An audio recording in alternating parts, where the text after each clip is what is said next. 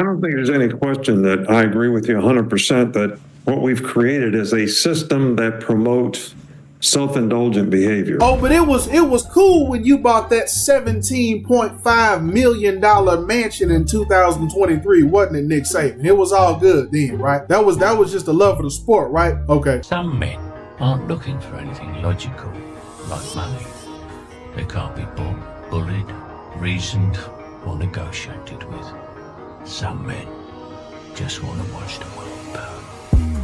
I can't get no sleep, my money calling. What's up, y'all? It's your boy TBA. So apparently Nick Saban was on the Pat McAfee show recently, once again bitching and whining and complaining about NIL. I'm so sick of this guy. I cannot stand Nick Saban, and here's why. Nick Saban is a hypocrite. See, everything was all good when it was just the head coaches and the old white guys up in the office making all the money. Everything was good then. It was all good then. Those were rosy, good, great times in sports, right? It was all about competitiveness. It was all about sportsmanship. What happened to the game? This NIL stuff is ruining the sport. What? Really? So let me get this straight. These young guys, most of which will never even go pro. These young guys that put their bodies on the line every single game, every single season, every single play, they put their bodies on the line. These guys are risking breaking limbs. These young men are risking CTE. You mean to tell me the guys that are actually on the field taking all the risks, getting money, getting paid is ruining the sport? Let's check out some of the interviews. Yeah, because you're not really playing for school. And I'm not saying this is not everybody, not everywhere, because obviously there's some places that have people all in playing the right way. Oregon hasn't lost. Obviously, they've had no hiccups. There's other schools that are dominating, everything like that. But we were talking about this, I think with Aaron yesterday, about him catching up with his Cal teammates from 2004, 20 years ago or whatever, and they start telling stories of what it was.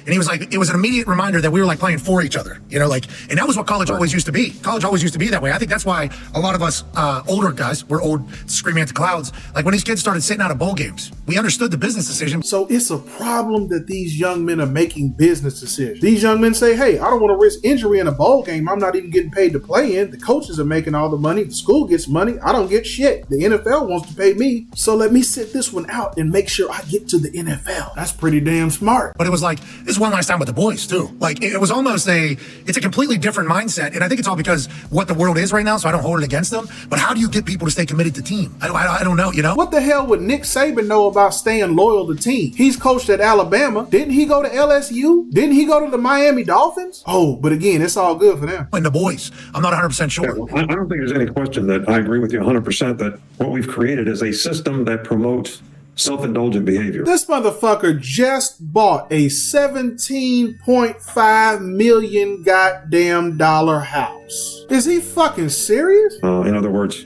how does this affect me? And you know, we used to be on a team where the first thing you thought about is how does it affect the team? And if you made a mistake or whatever, it killed you because you were letting your teammates down. I don't know if you can blame the players for this, but I think we can blame the system to some degree because it promotes this. I mean, everything about the system promotes this. You're not as committed to your team. You can leave whenever you want. You got guys getting in the portal in the middle of the season. Again, this is coming from a coach that went from Alabama to LSU to the Miami Dolphins. I think he's actually coached at a few other institutions. See, Nick Saban gets to chase the money, but it's a problem when these young men do the same shit. Starters. And then you got guys worrying about where they're going to go based on how much money they're going to make or how much playing time they're going to get. So, you know, a lot of these things have these guys are 18, 19, 20 years old. All right. So it's more difficult to handle those things when you're that age. I don't think I could have handled it when I was in college. Nick Saban, when you were in college, you didn't matter. You were not a 5-star nationally known championship player, unlike Deion Sanders.